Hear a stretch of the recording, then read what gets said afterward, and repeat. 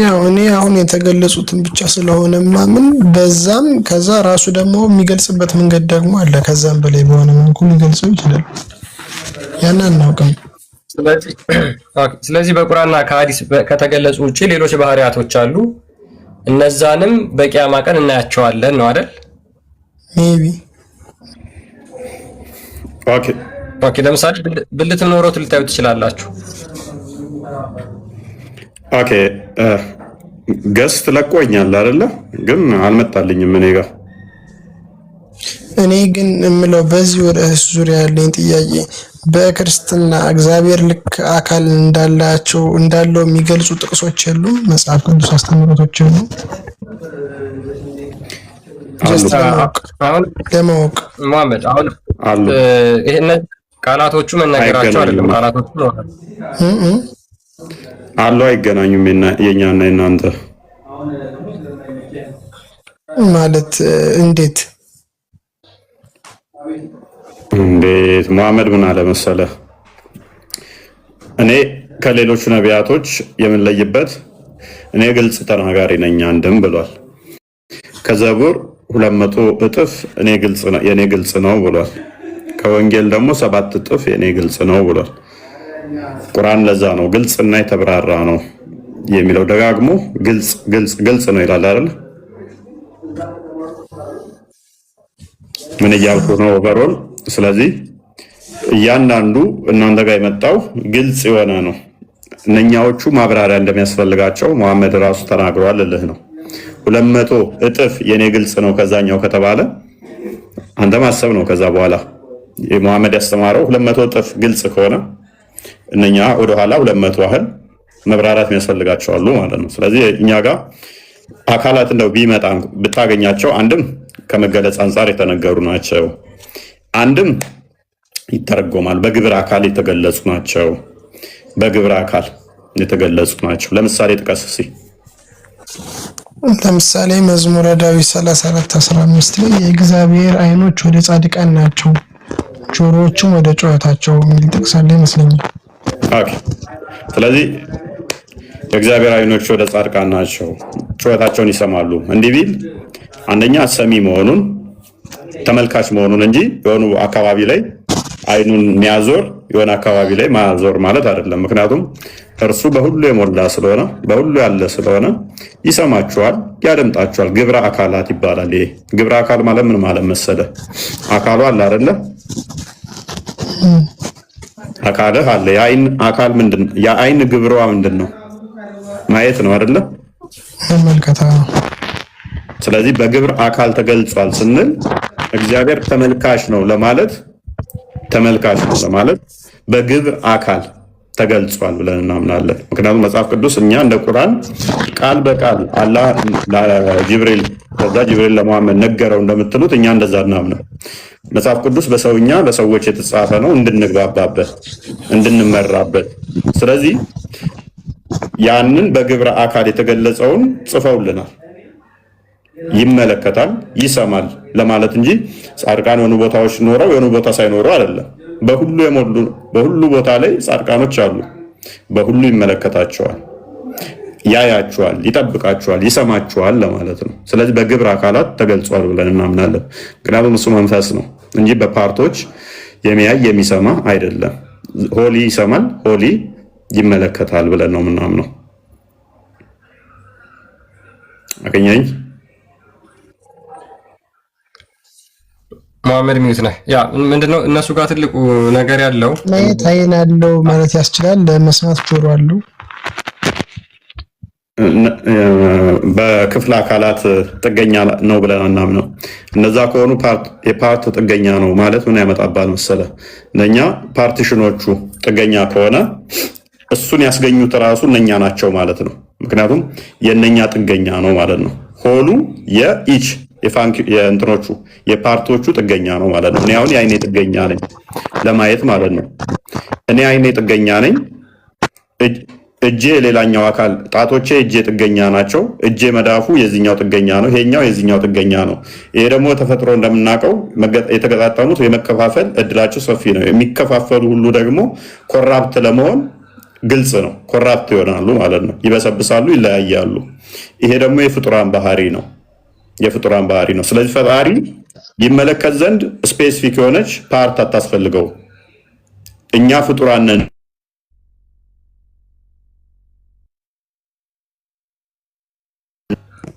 አለው። ኦኬ እሺ፣ ተመልሳለሽ። ስለዚህ ለማየት ማለት ያለ አይን ይመለከታል፣ ያለ ጆሮ ይሰማል ነው። አይን የምትባል የሚመለከትባት ብቻ የሆነች አለው። አዎ ኦኬ። አይን የምትባል አካል የሚመለከትባት፣ ጆሮ የምትባል ለመስሚያ የምታገለግል፣ አይን የምትባል ደግሞ የሚያይባት አካል፣ እግር የምትባል የሚሄድባት አካል፣ እጅ የሚባል የሚይዝበት አካል፣ አንዱ አንዱን ያልሆነ፣ እጁ አይኑን ያልሆነ፣ አይኑም እግሩን ያልሆነ፣ እግሩም ጆሮውን ያልሆነ ስፔሲፊክ ፋንክሽን ያላቸው ፓርቶች እንደዚህ ፈጣሪ ያለው ብለን አናምንም። እንደዚህ በሞሉ እንደዚህ ያለው የሚባል ሁሉ ፍጡር ነው። የአትናቴዎስን ሜይ ቢ እናነብልን እንችላለን። እንዲቴል ያስቀምጠዋል። እሱም እንደዚህ ፓርቶችን እንደሚሉ ይሄ ፍጡር ነው። ምክንያቱም እጁ እግሩን አይመስልም። አንተ ባልከን መሰረት አሁን አይን የምትባል የሚያይባት አካል ካለችው፣ ጆሮ የምትባል ደግሞ የሚሰማባት ፓርት ካለችው፣ እግር የምትባል ደግሞ የሚሄድበት ካለችው፣ እግሩ ጆሮውን አይደለም፣ ጆሮ እግሩን አይደለም፣ አይኑ ፊቱን አይደለም። አንዱ ከአንዱ ይለያያሉ። እንኳን ሌላውን አለመምሰል ከራሱ ጋር የማይመሳሰል ይሆናል ማለት ነው። ፈጣሪ ራሱ ቡራቡሬ ራሱ ላይ ያለ ይሆናል።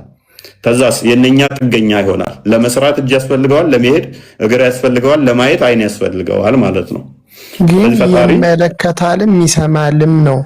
ግን ያን ይመለከታልና ይሰማል የሚለውን ባህሪ ትቀበለዋለህ አንተ። አሁን ያያልም ጩኸታቸውንም ይሰማልም። ግን ሲያይና ሲሰማ እንዳልከኝ ከሆነ ለመስማት በጆሮ አይደለም፣ ለማየት ደግሞ በአይኑ አይደለም ነው። ያ አይን ጆሮ የምትባል ፓርቶችን አናጸድቅም። ፓርቶች ሆኑ በፓርቶች የተገነባ ነው። እነኛ ፓርቶች ደግሞ ስፔሲፊክ ፋንክሽን አላቸው ብለን አናምነው። ምክንያቱም ፓርቶች ከሆነ የፓርቶች ስብስብ ይሆንና እሱ ፍጡር ይሆናል። እኔ አሁን የፓርቶች ስብስብ ነኝ። አይን የምትባል ማይባት አለችኝ፣ ጆሮ የምትባል ምሰማባት አለችኝ። ይሄ ጆሮዬ የምሰማበት እንጂ ማይበት አይደለም። ይሄ አይኔ የማይበት እንጂ የምሰማበት አይደለም። እግሬ የሚሄድበት እንጂ የማሸትበት አይደለም። ፈጣሪ እንደዚህ የፓርቶች ስብስብ ድምር ውጤት አይደለም። ይሄ አማልክት ያደርገዋል። እሱ ወደ የአማልክት ስብስብ የጣዖታት ስብስብ ነው የሚያደርገው። ለፈጣሪ እንዲህ ካጸደቅን ማለት ነው። ፈጣሪ እንደዚህ አይደለም። ፕላስ ደግሞ እናንተ ጋር ወረስቱ ምን እንደሆነ ታውቃለህ? እንደው ብናጸድቅ እንኳን ለእናንተ የሚከፋውን ላሳየ። እነኚህ ፓርቶቹ የሚታዩ ናቸው፣ የተገደቡም ናቸው። መሄድ መምጣት የሚነገሩለት ነው። የእናንተው በደንብ አሰውን ይሄዳል፣ ይመጣል፣ ይታያል ተብሎ ደግሞ ይነገርለታል። እኛ ጋር በምን አይነገር መሰለ? ለፈጣሪ ክበባት የለውም፣ እላይ የለውም፣ እታች የለውም፣ ጎን የለውም፣ ፊት የለውም፣ ኋላ የለውም፣ ጀርባ የለውም፣ ግራ የለውም፣ ቀኝ የለውም። መታየት እነኚህ ለፈጣሪ አይነገሩም። እነኚህ ሁሉ የፍጡራን ባህሪ ናቸው። ፈጣሪ ሲምፕል ነው፣ ኮምፓውንድ አይደለም፣ የፓርቶች ስብስብ አይደለም ብለን ነው ምናምነው። ምክንያቱም በተደጋጋሚ መጽሐፍ ቅዱስ ላይ መዝሙረ ዳዊት ራሱ አንተ በጠቀስከው ላይ ለምሳሌ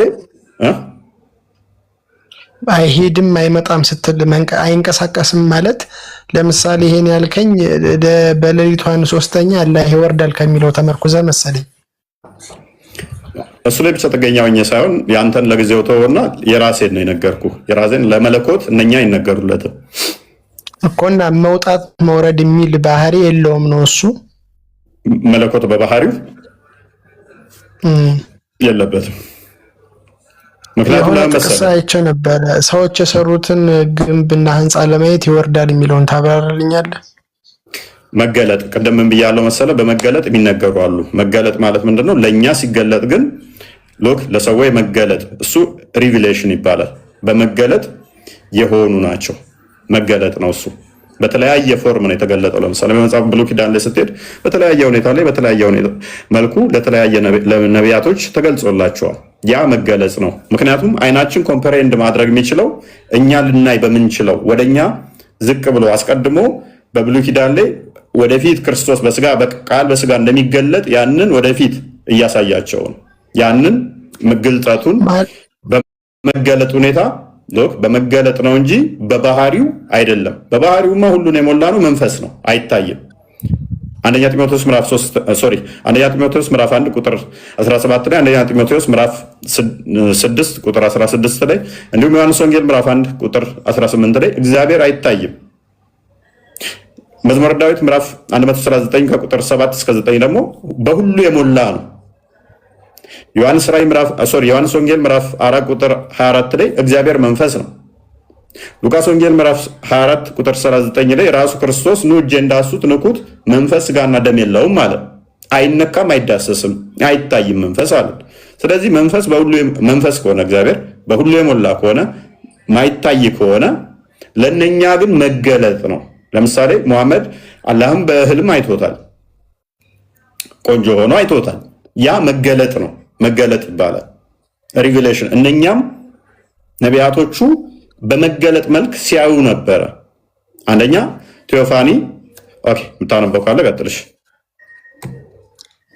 እሱ ኦሪት ዘፍጥረት ምዕራፍ 11 ቁጥር 5 ላይ ብዙ ጊዜ ሙስሊሞች ይቺ ነገር ያነሷታል።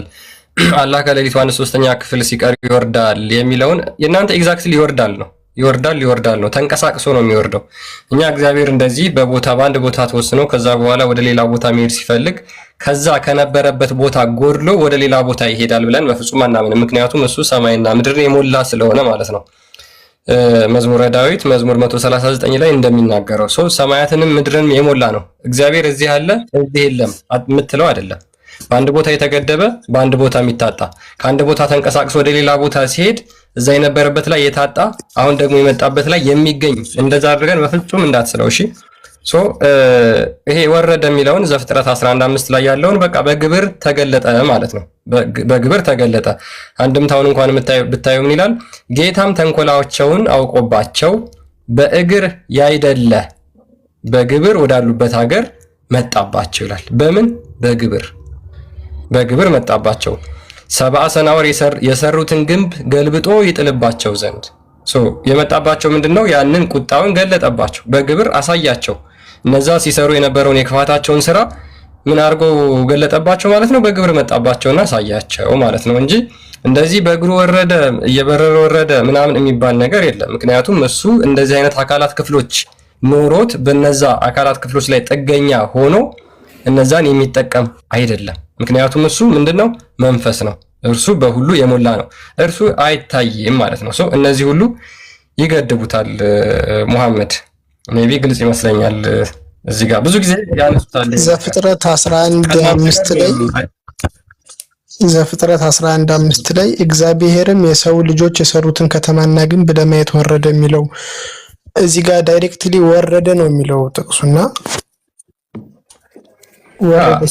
ቅድም እኮ እያለ ነበረ። አንደኛ መጽሐፍ ቅዱስ እንደዚህ አይነት ቃላቶችን ብታገኝ በግብር አካላት ከመገለጥ አንጻር የሚነገሩ ናቸው። ይኸው አሁን እኮ እስካሁን ያስረዳው እኮ እሱን ነው።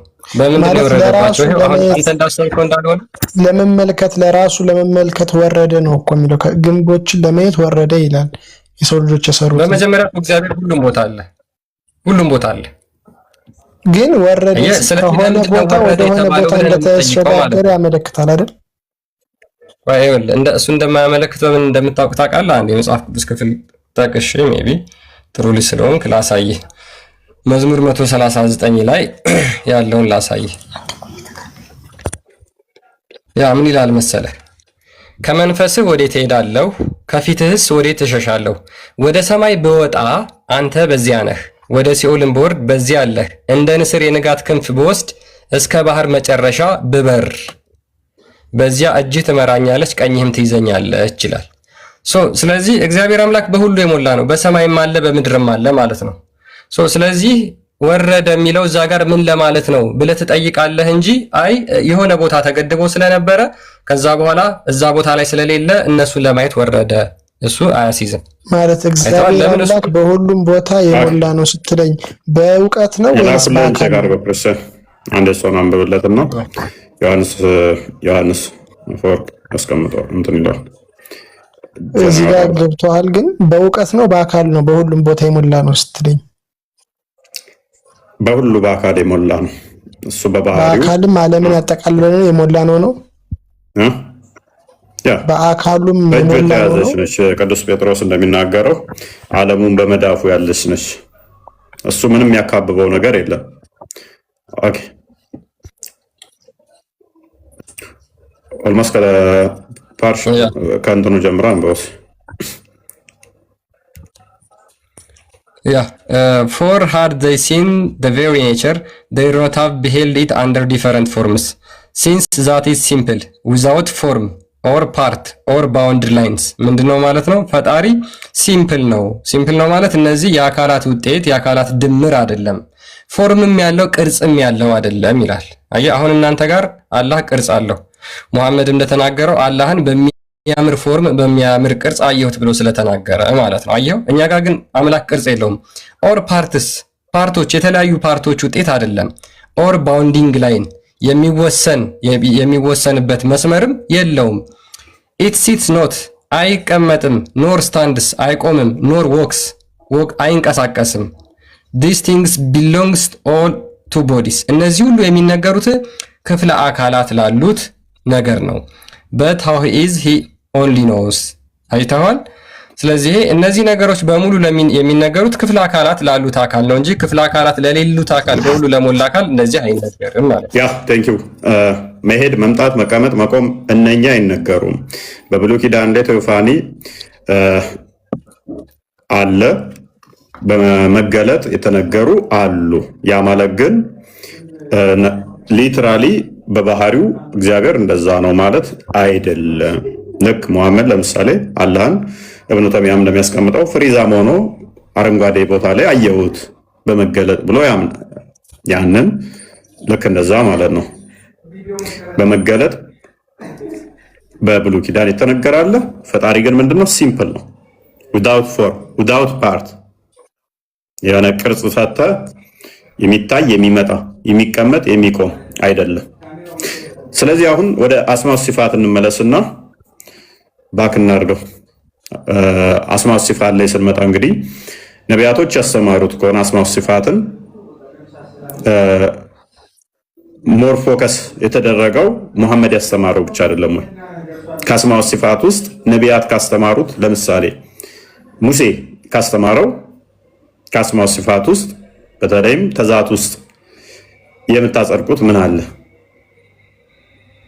ምን አለ?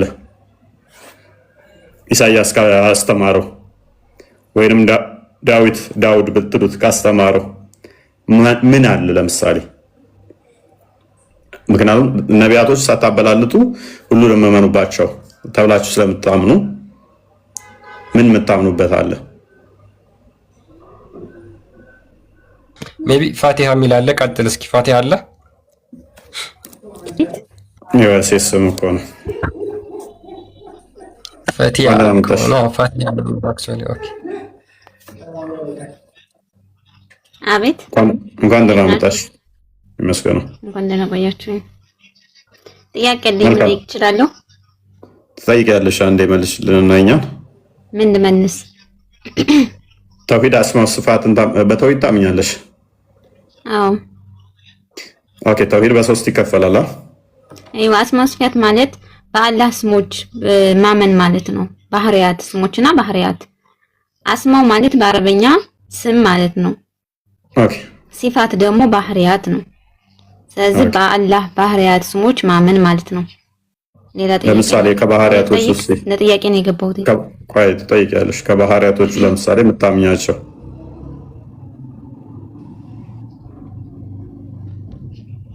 ማለት ከምታምኚው ከአላህ ባህሪያት ውስጥ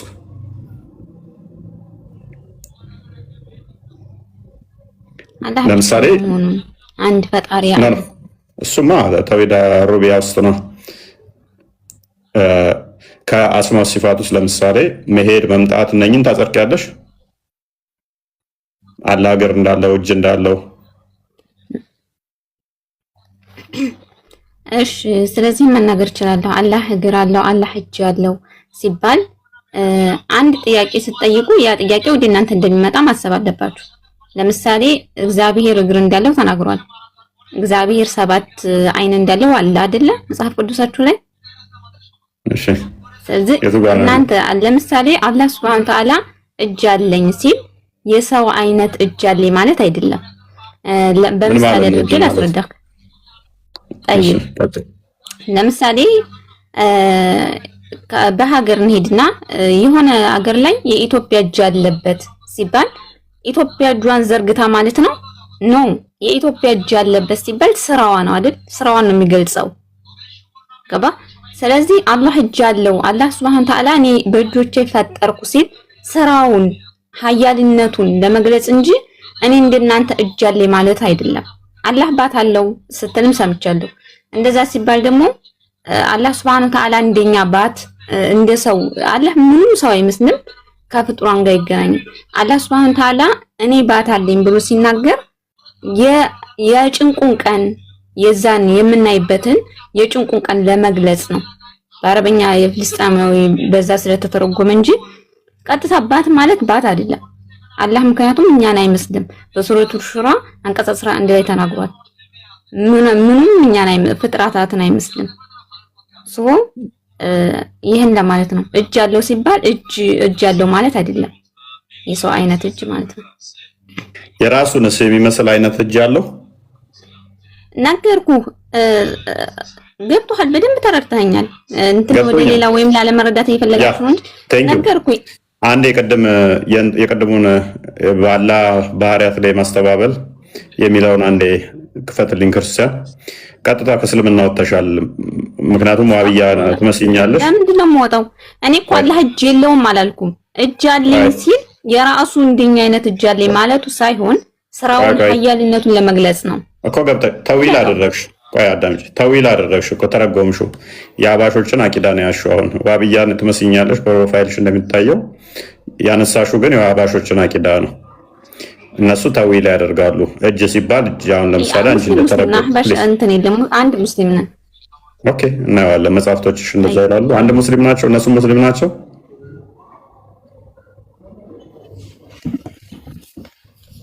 አባሾቹ ሙስሊም ናቸው። ሙስሊም አንድ ሙስሊም ነው። አህባሽ ሰለፊ ሁሉም በአላህ ነው የሚያምኑ።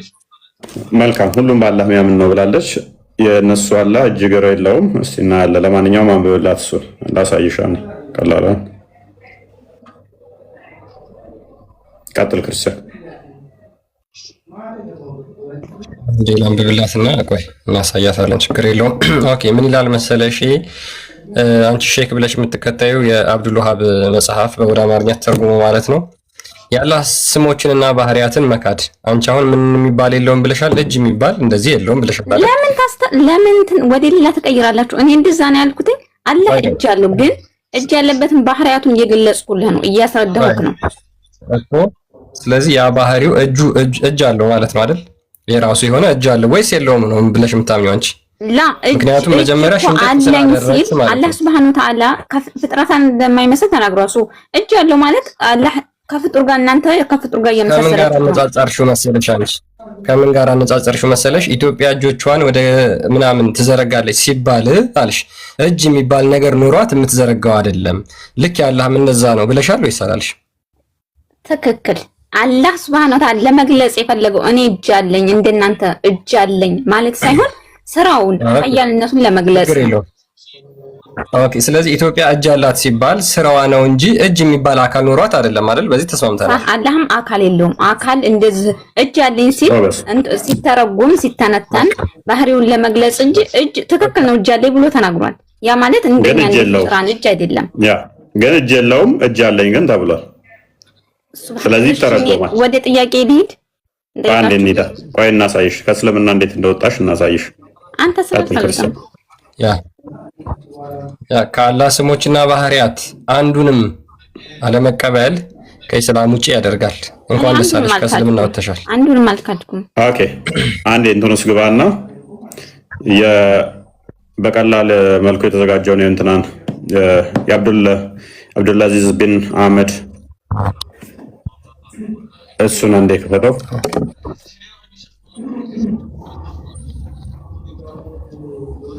ስድስት ላይ ኦኬ፣ እሺ፣ አንዴ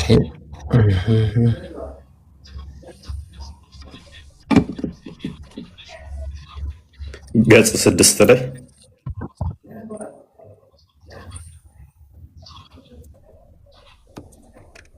ኦኬ እሺ ቆይ ሶስተኛ የሚለውን አንድ አንበባው እስኪ ትንሽ አስጠጋው። ተውሂድ አስማ ሶስት ሲፋት የሚለውን አራይ አንበው። ያ ተውሂድ አስማ ወሲፋት እርሱም የአላህን ስሞችና በባህሪያቱ ብቸኛ መሆኑን ማወቅና ማመን ነው።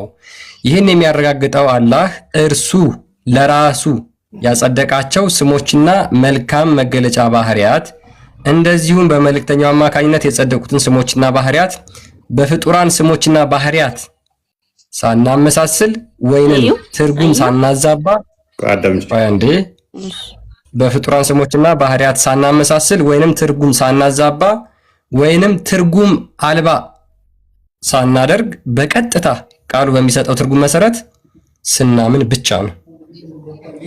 ፈቲ ምን አይነት ተሳሳች መሰለሽ? በመጀመሪያ ከፍጡር ጋር መሳሰልሽና ምድር ኢትዮጵያ ለምሳሌ ፕሊስ በስነ ስርዓት ልንበላ አደረብኝ ቆጥቀጥ ያልሽ አደረብኝ። በመጀመሪያ ከኢትዮጵያ ጋር የኢትዮጵያ እንደዚህ ቢባል እንደዚህ እጅ አላ ማለት አይደለም አልሽ። አንድ ስህተት ነው ማለት አልነበረብሽም። ሁለተኛ እነኛ ባህሪያቱ ላላ የጸደቀውን በቀጥታ መቀበል ነው ይላል ክፍሉ። አንቺ ግን እጅ ሲባል እንደዚህ ለማለት እንጂ እጅ የለውም አልሽ። ቃሉ የሚለውን በቀጥታ መቀበል ነው ይላል አይደለ? ሳንተረጉም ምን ሳንል አዎ አለው ቃሉ የቃሉን ቀጥታ ትርጉም ነው የምንወስደው ይላል። እጅ አለው ተብሏል፣ እጅ አለው ነው። አንቺ ግን ሌላ ኢንተርፕሬቴሽን ውስጥ ገባሽ፣ ሌላ ትርጓሜ ውስጥ።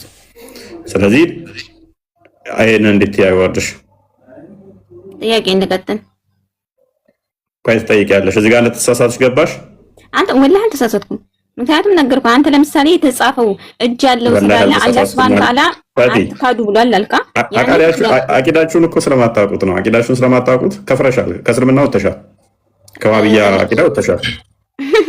ቀጥላ እንዴ ያ ወጥተሻል፣ በደንብ ወጥተሻል። ሻሃዳ ሄደሽ መያዝ አለብሽ እህታችን። ወይ ይሄን ቪዲዮ ደግሞ ማስረጃ እንዲሆንሽ በደንብ አዳምጪው። ይሄ እንትንሽ ነው፣ ኡስታዝሽ ነው። አዳምጪው አንዴ። አላህ እጆች አሉት፣ አላህ እግር አለው፣ ተረከዝ አለው፣ ጣቶች አሉት።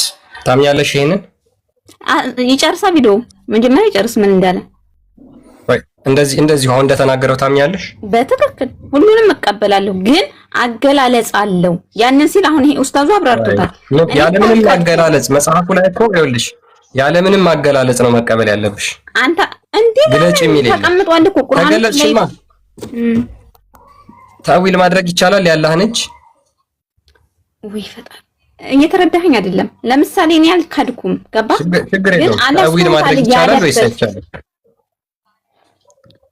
ታዊል ማድረግ ይቻላል። ለምሳሌ አላህ እጅ አለው ሲባል ታዊል ማድረግ በምሳሌ መናገር ይቻላል። ላስጨርስልሽ እፎይ የሚለውን ግን አንሰማም። አህባሽና እፎይ ወንድምና እህት ናችሁና ማለት ነው። እሺ ቅድም ከአህባሾች ጋር አንድ ነን ብለሽ ነበር አይደል? ይሄ ግን እፎይን አህባሾች የእፎይ ናቸው ነው ያለው እንጂ ወሃቢያና አህባሽ አንድ ናቸው አላለም። አላህ እጆች አሉት፣ አላህ እግር አለው፣ ተረከዝ አለው፣ ጣቶች አሉት። አላህ አይኖች አሉት፣ አላህ ይሰማል፣ መስሚያዎች አሉት። አላህ አካል ሰጣችሁ፣ እኛ አይደለም የሰጠነው። አላህ ለራሱ በጣም ጥሩ። አላህ እግር የሚባል አካል እንዳለው ታምኛለሽ? ሁሉንም እቀበላለሁ። ቁርአን ላይ አላህ የጠቀሳቸውን በሙሉ ቅድም አካል የለውም ብለሽ ነበር እኮ ፈቲ። ልነግርህ ነው፣ እቀበላለሁ። ግን አላህ ከፍጡራን ጋር አይመሳሰልም። ልክ እግር አለው ስል እንደኔ እግር አለው አልልም። እኔ እንደሱ የሆነ አካል አለው ወይ ብለሽ ታምኛለሽ ወይ ብዬሽ አላምንም ብለሽ ነበር። አንተ እኮ እንደሱ ስትል እኮ የሆነ ግዑዝ አደረከው እኮ። እንደሱ ስትል እኮ የራሱ ተፈጥሯል። አቂዳሽን ቀየርሽ ፈቲ፣ ይመችሽ።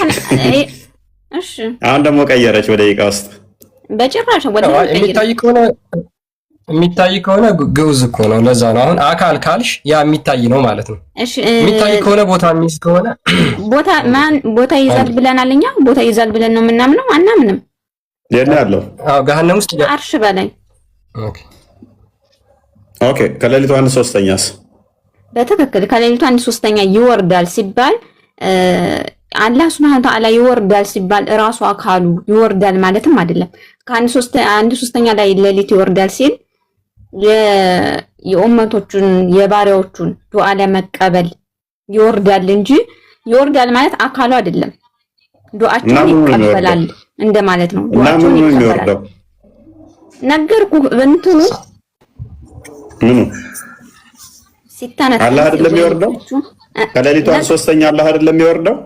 አላህ ይወርዳል ሲባል እንደ ሰው ወይም የሆነ ነገር ላይ ወጣ። እኔ እንደማን ብዬ አልጠየቅኩሽም ፈቲ፣ እንደማን ነው የሚወርደው ብዬ አልጠየቅኩም። የሚወርደው አላህ ነው አይደለም? ነው ግን በአካል አይደለም የሚወርደው። ወይም በአካል አለው ማለት አይደለም ይወርዳል ሲባል። በምንድን ነው የሚወርደው? ይወርዳል ሲባል የኛን ዱዓ ይሰማል ይቀበላል። አሁንም ከእስልምና ወጥተሻል። አሁንም ከዋብያ አቂዳ ወጥተሻል። እናመሰግናለን። ለነገሩ ይሄንን ፕሮፋይል አድርገሽ እንዴት ታውቂዋለሽ? ክርስትና ላይ እንደማጨማለቅ አቂዳቸው ከናያውቁትም አይዘይ ሶሪ። እኔ ደጋግሜ እነግራቸዋለሁ። ንጽጽር የሚሰሩት እራሱ አቂዳቸውን አያውቁትም። መሬት ያሉት ትልቅ መሻይኮቹ ቢመጡ አፋቸውን እዛው ጉድ ነው የሚሉት። ዞ ነው የሚያስተምረው። ይሄ እስኪ ማለት ነው ጀግና እና አቂዳቸውን ጠንቅቀው አለማወቃቸው ለዚህ ዳርጓቸዋል። ምንም ያውቁት ነገር የለም። ፈዲ አሁንም ስተሻል ደግመሽ አሁንም ስተሻል አይደለም አልኩ። እንትን መጽሐፍ ቅዱስን እንደ አዲስ እንትን ብሎ የሚያስተምር ልጅ ነው ፕሮፋይል ያደረኩልሽ። ያስተምራችኋል። ቁጭ አድርጎ ማስተካከል ትችያለሽ። አሁን አቂዳሽን ማለት የተናገርሽውን ማስተካከል ትችያለሽ። እየተነተንኩልህ ነው። አንተ ክርክር ነው ያስከው ወይም የሆነ በእንትን በጩኸት ያሸነፍከኝ እየመሰለህ ነው። ገባ? እኔ እያስረዳሁህ ነው። እየጮኩ አይደለም። አንቺ ይኸውልሽ እዛ የሚጮህበት ቤት ቆይተሽ ስለመጣሽ እኔ ተረጋግቼ ስላወራው ያ እያቃጨለብሽ ነው የነበርሽበት ቤት። ለዛ ነው እኔ በጣም ተረጋግቼ ነው እያወራሁ ያለሁት በነገራችን ላይ።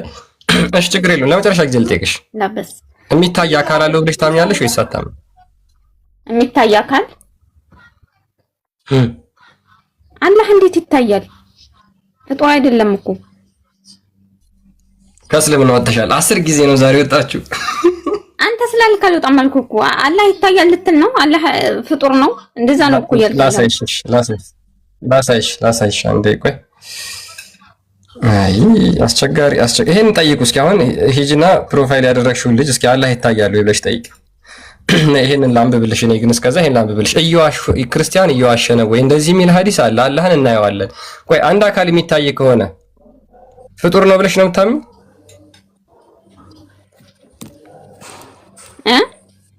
ላንብብልሽ። ኤኒዌይስ ላንብብልሽ። እሺ ቡኻሪ 7439 ላይ ምን ይላል መሰለሽ? አቡ ሳይድ አልኩድሪ እንደተረከው ይልና የሙሐመድ ሰሃቦች ሙሐመድን ጠይቀውት ነበር። ምን ብለው መሰለሽ? የአላህ መልእክተኛ ሆይ አላህን በቂያማ ቀን እናየዋለን ብለው ጠየቁት። በቂያማ ቀን ነው ጥያቄ ጠየቁት።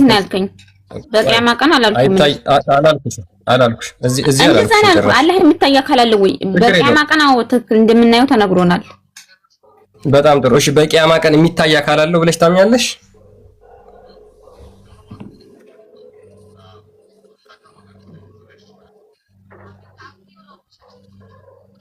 ጎ ሄድ። በየትም እኮ ብትይ ያው ነው።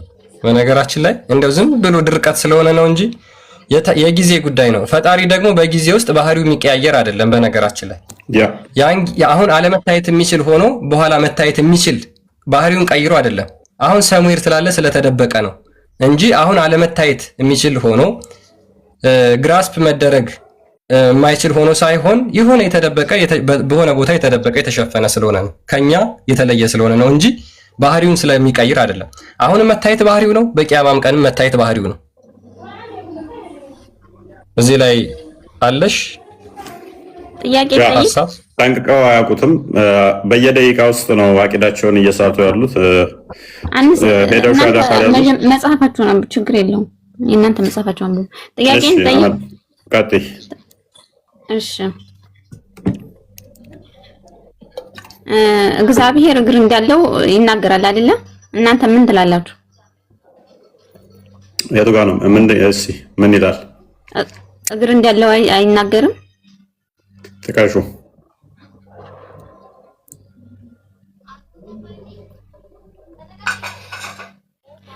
ሌላም ጥያቄ አለኝ። ኦኬ እና ምን ሆነ? እግር የሚናገር ብታገኝ ምን ሆነ? እኛ ይተረጎማል አልንሽ እኮ። ለምሳሌ ምድር የእግሬ መረገጫ ነች ይላል። ስለዚህ የእግዚአብሔር ረግጧት እዚህ ጋር እያየን ነው። እግሩን እንደዚህ የሚረገጥ ነገር ነው እኮ። እኛም ጋር እንደዛ ነው። በምን ተረጉምታላችሁ? ግዛት የሰር ነች ማለት ነው። በእኔ ግዛት በእኔ ቁጥጥር ነች ማለት ነው። አንቺ በእኔ እግር ስር ነሽ ያለኝ ሲል ፈጠርኩት ለማለት ነው። አደረቢ በእኔ እግር ስር ነሽ ብለሽ የሆነ ምን ማለት ነው? አንቺ እኔ ቁጥጥር ስር ነሽ ማለት ነው። ከኔ አታመልጪም፣ ከኔ ግዛት አታልፊም ማለት ነው። አላህም ፈጠርኩ ማለት ነው በደቂቃ ውስጥ። አሁንም ደግሞ ካደሽ ቅድም አለው ብያለው ብላ ነበር የኡስታዙ ሲመጣ። አይሮን ነው እንዴት እንደሆነ የምትከተሉት አንዳንዴ ተጽዕኖ ያደርግባችኋል። በሰል ያለ ኡስታዞችን ተከታታይና ፈቲ ሪከመንድ ማደርግሽ ከስሜት ውጭና ተለቅ ያሉ ኡስታዞችን በዚህ ጉዳይ ላይ አሁን ባወራ ነው ላይ የቲክቶክ ላይ ወረወረ የሚሉትን ታያቸው፣ ጠይቂ። አሁን ያልሽው እንዳለ ከእስልምና ያስወጣሻል። አሁን የተናገርሽው እንኳን የምሬን ነው። ሌሎች ካሉ አስገባ። ክርስቲያን ጥያቄ አለኝ። ሌላ የእግሩ ተመለሳልሽ እህታችን። ያው እግር ሲባል ልክ እንዳላህ ምናምን አይደለም። እሺ ኢሳይያስ 66:1 ላይ ይናገራል። ማለት ሰማይ ዙፋኔ ነው፣ ምድር የእግሬ መረገጫ ነው ይላል። ይህ ማለት ምድርን በእግሩ ይረግጣታል።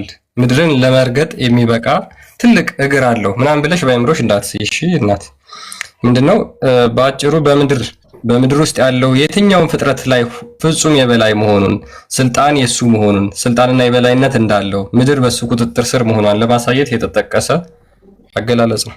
እሺ ፈጣሪ ከሆነ አምላኬ ለምን ተውከኝ ለምን አለ? ማንን ነው ያለው? አምላክ ፈጣሪ ሊኖረው አይችልም። ፈጣሪ ከሆነ ማንን ነው ለምን ተውከኝ ያለው? ክርስቶስ የመጣው የነቢያትንም አንድ ትንቢታቸውን ሊፈጽም ነው። መዝሙረ ዳዊት ምዕራፍ 22 ላይ የተነገረ ትንቢት ነበረ። ያንን ትንቢት የነቢያቱን ጩኸት ነው የጮኸው። ነቢያቱ አምላኬ አምላኬ ለምን ተውከኝ ብሎ መዝሙረኛው ዳዊት በመዝሙሩ ምዕራፍ 22 ከቁጥር 1 ላይ ተናግሮት ነበረ። ያንን ጩኸት ነው የጮኸለት እንጂ ፈጣሪ የለውም ነው። ራሱ ፈጣሪ ነው። እሺ እግዚአብሔር 7 አይን አለው ለሚለውስ የቱ ጋር ነው የሚለው?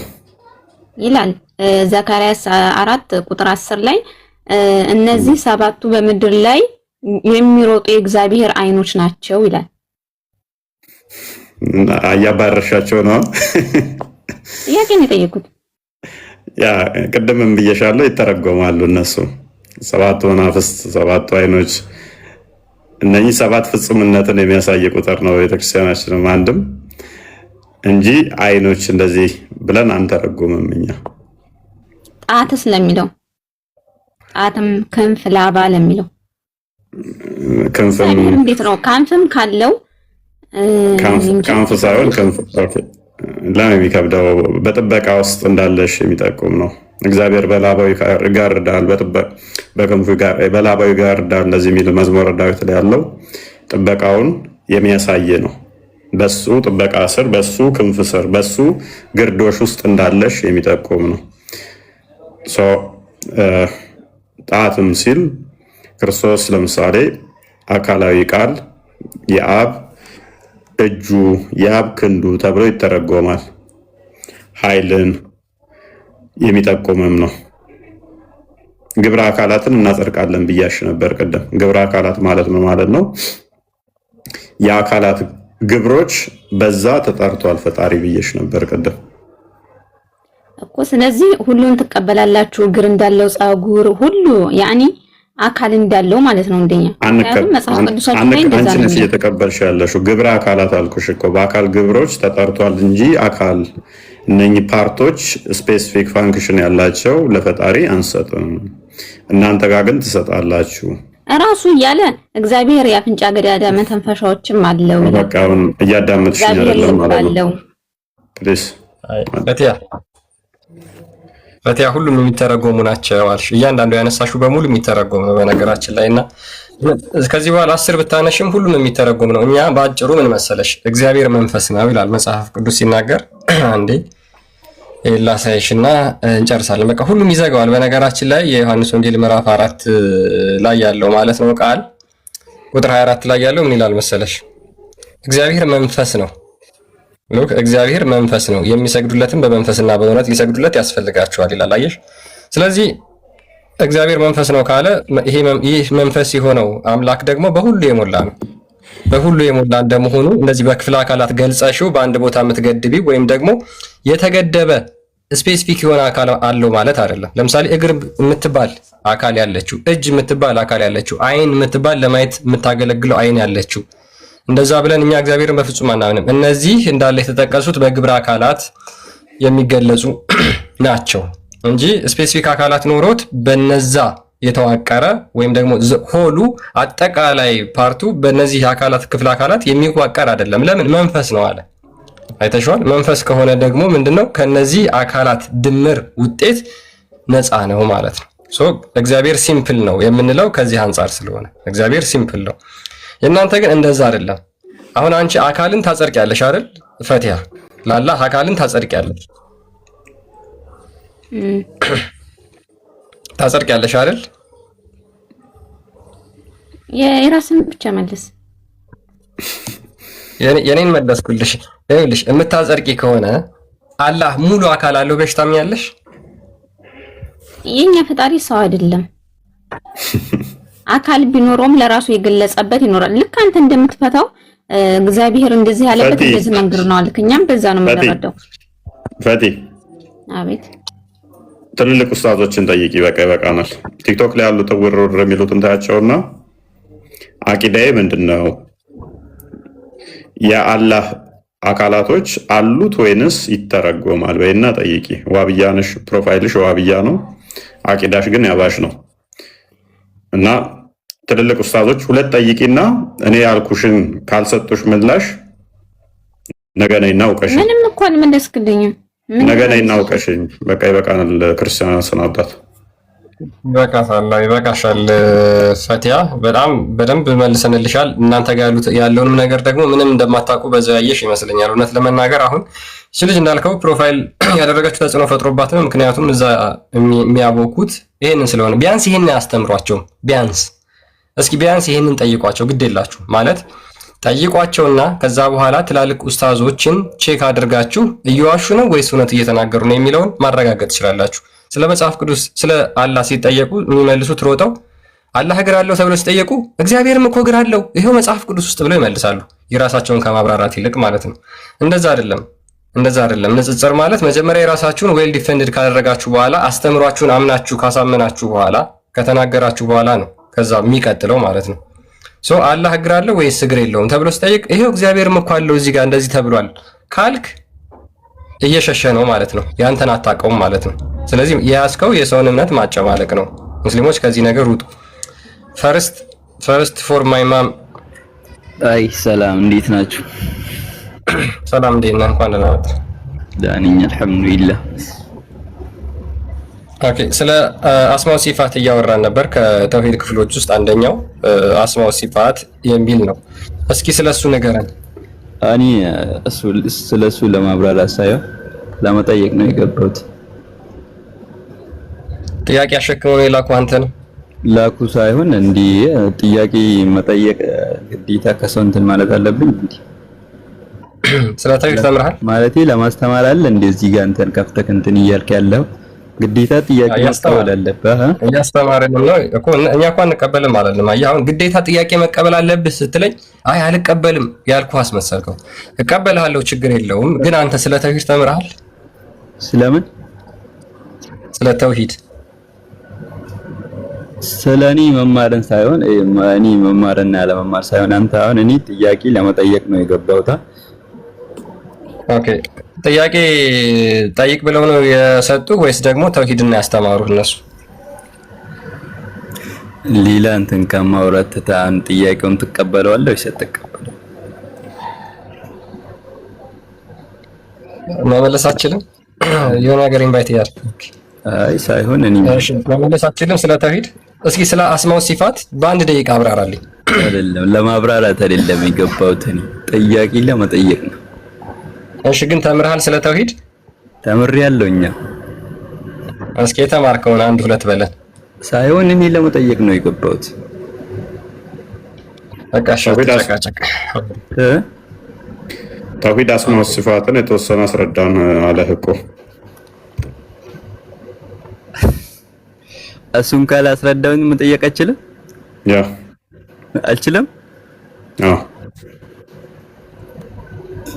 ምንድነው ስለ ሃይማኖታችሁ ለማስተማር እንትን የላችሁ? ከተጠየቀው መልስ ቶፒክ አለው ተዛደ ትጠይቃለህ። እየተቀበልናቸው ነው እኮ እስካሁን የገቡት ልጆች ካይተከውን። እሺ መመለስ ካልፈለኩኝስ ያንተ የሃይማኖትህ እንትን ላይ ያልገባኝ ነገር ቀጥል። ክርስቲያን መጨቃጨቅ ሳይሆን ሚታርግ ፕሊስ። በስመ አብ በጣም ነው የምትገርሙት ሙስሊሞች የምር። አንድ ደቂቃ መናገር አልቻለም ስለ ተውሂድ ማለት ነው ወንድማችን። አንድ ደቂቃ እንኳን መናገር አልቻልክም። በነገራችን ላይ የእስልምና ትልቁ ትምህርት ተውሂድ ነው ተብሎ ይታመናል። ኢቭን ከአህባሾች ጋር እንኳን የሚለያችሁ ተውሂድና እነዚህን ተውሂድን ለሶስት የምትከፍሉት ነው። ምክንያቱም እነሱ ተውሂድን ለሶስት መክፈል ቢድዓ ነው ብለው ያምናሉ፣ አህባሾች ሱፊዎች ማለት ነው። ስለዚህ ውሃብዮች ደግሞ ያንን ተውሂድ ለሶስት ይከፈላል። ተውሂድ አልኡሉሂያ፣ ተውሂድ አልአስማ ወሲፋትና ተውሂድ አልሩቡቢያ ብላችሁ ታምናላችሁ። ከዛ ውስጥ አንዷን ነው ዛሬ እያየን ያለ ነው፣ ስለ ተውሂድ አስማ ወሲፋት ማለት ነው። እንዴት ነው 99 ስሞች አሉት ብላችሁ ታምናላችሁ? አላህ እንዲሁም ደግሞ ያልተገለጹም የተገለጹም ባህሪያቶች አሉት። እነዚህን ወደ አንድ አምጥተን ዩኒፋይድ አድርገን እናምናለን ትላላችሁ። እግሩና እጁን እንዴት ነው ዩኒፋይድ አድርጋችሁ የምታምኑት? ባቱና እጁን ባቱና አይኑን እንዴት ነው ዩኒፋይድ አድርጋችሁ የምታምኑት? ምክንያቱም ሁለት የተለያየ ባህሪ ነው ያለው። እጅ ሲባል ሌላ ባህሪ ነው፣ እግር ሲባል ሌላ ባህሪ ነው፣ ባት ሲባል ሌላ ባህሪ ነው፣ ጣት ሲባል ሌላ ባህሪ ነው፣ ፊት ሲባል ሌላ ባህሪ ነው። ጆሮ የሚል አልመጣም። አላህ ግን ይሰማል ብለው ያምናሉ። በሚገርም ሁኔታ አላህ ይሰማል፣ ሰሚ ነው። ግን ጆሮ የሚል አልመጣም። ኦኬ በምኑ ነው የሚሰማው? አናቅም፣ አልተገለጸም። እንግዲህ ነቢያቶች ያስተማሩት ነቢያቶች የነቢያትን አስተምሮ ነው ብለውን እንዳለ እግርና ባት ነው የሚያውቁት። አምላካቸው በደንብ አስተውሉ። ሙሴ እንደዚህ ያለ፣ ዳዊት እንደዚህ ያለ አይደለም። ዋናው አምላካችሁ ምን ያህል ታውቁታላችሁ? እግሩን እናውቃለን፣ ባቱን እናውቃለን። ነቢያት ያስተማሩት ባትና እግር ነው ወንድሜ። ባትና እግር ነው ያስተማሩት ነቢያት። ስላለ ስለ ጣት ነው ያስተማሩት።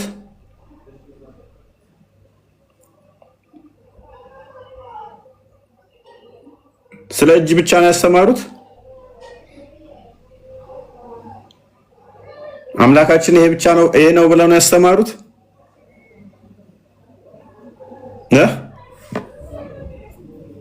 ስለ አምላካቸው የሚያውቁት ባት ነው እግር ነው።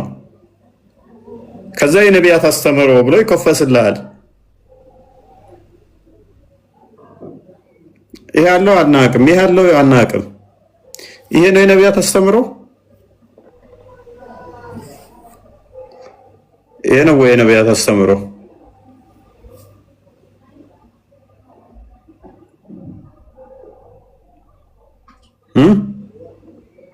ነቢያት እንደዚህ ነው ያስተማሩት። ገስት ላይ ማን ተጋ ያ የሉ ሙስሊሞች በዚህ በኩል መታችሁ መላክ ትችላላችሁ። ፎይ ጋር ያላችሁ እኔ ለቆኛለሁ። ወደ እኔ ጋር እንመለስ ይቻላል። ኦኬ የሚለቅ እንደሆነ ሊያውና ኮመንት ላይ ነግሮሃል። እሺ ኦኬ አለቀቀኝም። ስቲል አለቀቀኝም። ምንድን ነው እሱ? አይ ለቆኝ ነበር፣ የለቀቀኝ መስሎኝ ነበርኩ።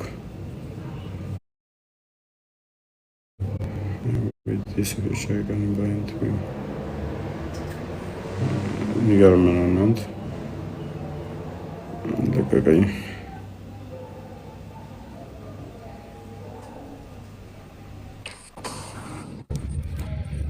ተመልሰህ መጣት አለቀቀኝም። አለቀቀህም? ገዝቱ ዝግ ነው። እሺ አሉ አሁን መጡ። እናስገባና ስለንቀበል ሱሱ አምላካቸውን ቀርና አለማወቃቸው ግን አያስቅም። እኔ በጣም ይገርመኝ ንጽጽርም እኮ የሚሰሩት ናቸው እንዳለ ክርስትናን ማጨማላለቅ፣ ክርስትና መሳደብ እንጂ ስለ ራሳቸው የአምላካቸው ባህሪያት የሚያውቁት ነገር የለም። ምንም የሚያውቁት ነገር የለም። ስለ ክርስትና ዝም ብለው መቀበጣጠር ነው የሚያውቁት። አሁን መጽሐፍ ቅዱስ አልበቃ ብላቸው ገድላት ምናምን ተሸክመው ነው የሚዞሩት። በደንብ አምቦ ይጠቅማቸዋል ገድላት። ኦርቶዶክሳውያኑ ገድል ምን እንደሆነ ማውን አያውቀው እንኳን ላይ ያነበው ማለት ነው። እነሱ ናቸው የሚያነቡት የሆነ ነገር ታምር ካገኘም ብለው ማለት ነው። ተውላቸው ወደም ያንበቡት ገድላት። እኛ የመከራከሪያ ትልቅ እንትናችንም አይደሉም። ትናንትና ትናንት ወዲያ የተጻፉ ገድላቶች ትልቅ የመከራከሪያ እንትኖቻችን አይደሉም። ይፈንጩ እነሱ ላይ ተዋቸው። የሆነ ታምር የሚያገኙ መስሏቸው ነው። የራሳቸውን መጽሐፍት ግን አምላካቸው ከእግር ውጭ የሚያውቁት የለም። አልተገለጸም፣ አናቀውም ከሚል ውጭ ማለት ነው። እግር ብቻ ነው የገለጸላቸው። ታፋና እግር ነው የገለጸላቸው አምላካቸው። 124,000 በላይ መልእክተኛ ነቢያት መጥተዋል ብሎ አምላክ ምንድን ነው ስትለው እስቲ ንገረኝ። እግር አለው፣ ባት አለው፣ ሌላስ? 2 እጅ አለው፣ ሌላስ? ፊት አለው። ጭንቅላትስ? አልተገለጸም። አንገትስ? አልተገለጸም። ደረትስ? አልተገለጸም። ሆድስ? አልተገለጸም። ጀርባስ? አለው ጀርባ። ታፋስ? አልተገለጸም። ባትስ? አለው። ጉልበትስ? ኖ። እግርስ? አለው። ጣትስ? የእግር እና ዱልዱም ነው። አምላክን ቅድሚያ ፈልግና ተጀምሮ ያላለቀ የገጠር ሳር ቤት የመሰለን ገጣጥምና ስራው ገድላት ላይ እና ድርሳናት ላይ ከመንጠልጠላቸው በፊት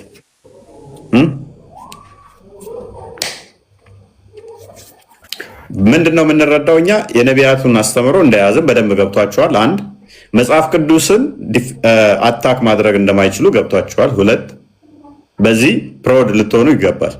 የነሱ ቁርአናቸው ሐዲሳቸው ስለ አምላካቸው ምንም መረጃ ስለሌለው፣ ምንም መመለስ ስለሌለው፣ ምንም መልስም ስለሌለው ያላቸው አማራጭ ክርስትናን ማጣጣል፣ ክርስትናን መሳደብ። እውነት ሰው እንዲድን ቢፈልጉ በተለይም የዋብያ ኡስታዞች እውነት እንዲድኑ ቢፈልጉ ምን ያደርጉ ነበረ? ሀባሾቹን ያስተምሩ ነበረ። በመጽሐፍቶቻቸው ላይ አንዱ አንዱን ገሃነም ይገባል ብለው የሚያምኑት፣ አንዱ አንዱን ሙስሊም አይደለም ብለው የሚያምኑት። ነገር ግን በደንብ አስተውሉ፣ እርስ በርሳቸው ዲቤት አያደርጉም። ጥሪ እያቀረቡላቸው ነው።